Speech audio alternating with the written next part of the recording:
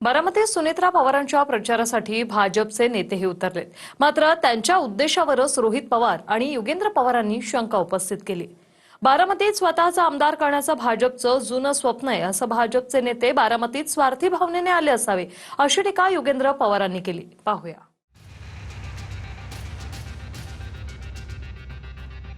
तुम्ही इथं एखादा दुसरा उद्दिष्ट घेऊन जर एखादा पक्ष इथं येत असेल तर हे लोकांना आवडणार नाही.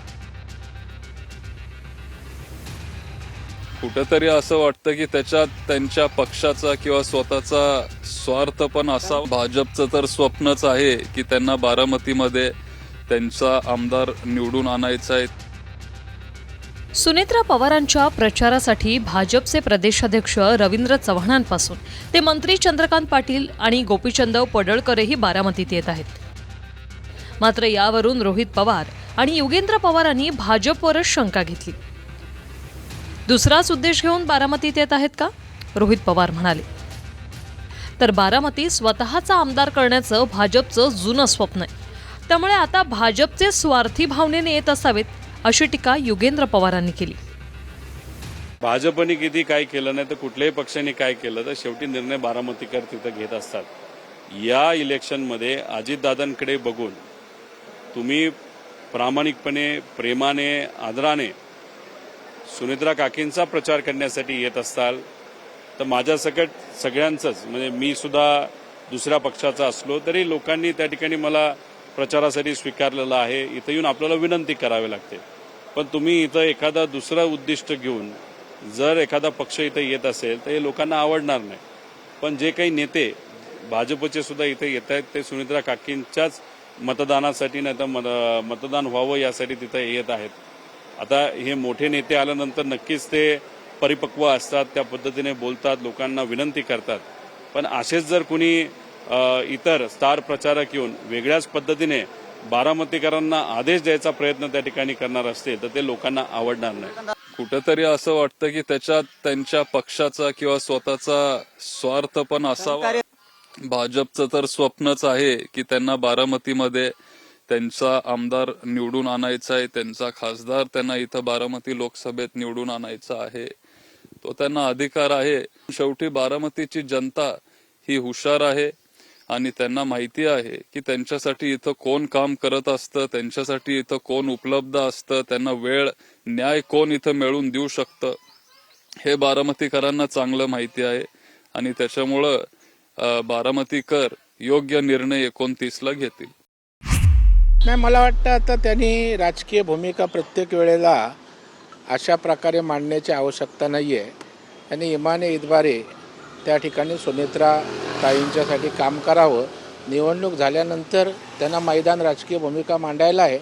परंतु रोहित पवारांना रोज असं काहीतरी वाकडं तिकडं बोलल्याशिवाय त्यांचा योगेंद्र पवार त्यांचेच भाऊ आहेत ते ना, त्याच्यामुळे त्यांना असं काहीतरी बोलून चर्चेत राहणं आणि भाजप देशाशिवाय त्यांचा एकही दिवस पुढे जात नाही. सुनेत्रा पवारांच्या प्रचारासाठी पवारांच्या राष्ट्रवादीकडून रोहित पवारही घोंगडी बैठका घेत आहेत.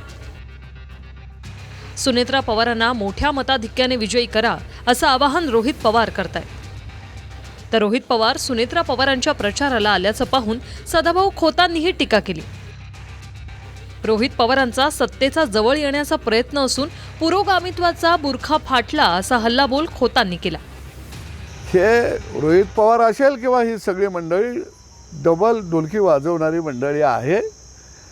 निवडणूक कुटुंबाची असली की आपल्याला सत्तेच्या जवळ जाता येत असलं की सगळं गुंडाळून ठेवायचं आणि ऐन वेळेला लोकांच्या समोर येत असताना आपल्या राजकारणासाठी आम्ही पुरोगामी आहोत, आता तुमचा पुरोगामीपणाचा बुरखा टराटरा फाटला गेलेला आहे हे संपूर्ण महाराष्ट्रानं पाहिलेलं आहे. आणि म्हणून मला वाटतं की आता याने पुरोगामीपणाच्या गप्पा मारायच्या थांबवाव्यात. भाजपसोबत सत्तेत सहभागी झालो असलो तरी फुले शाहू आंबेडकरांची विचारधारा सोडलेली नाही असं याआधी अजित पवारांनीही स्पष्ट केलंय. आणि सुनेत्रा पवारांनीही त्याच विचारधारेनं पुढे जाणार असल्याचं सांगितलंय. मात्र सुनेत्रा पवारांचा प्रचार करणं म्हणजे रोहित पवार किंवा पवारांची राष्ट्रवादी पुरोगामी नाही अशी टीका करणं.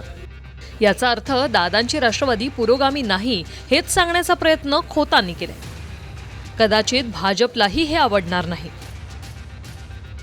दीपक कापरेसह bureau report, TV9 Marathi, Baramati.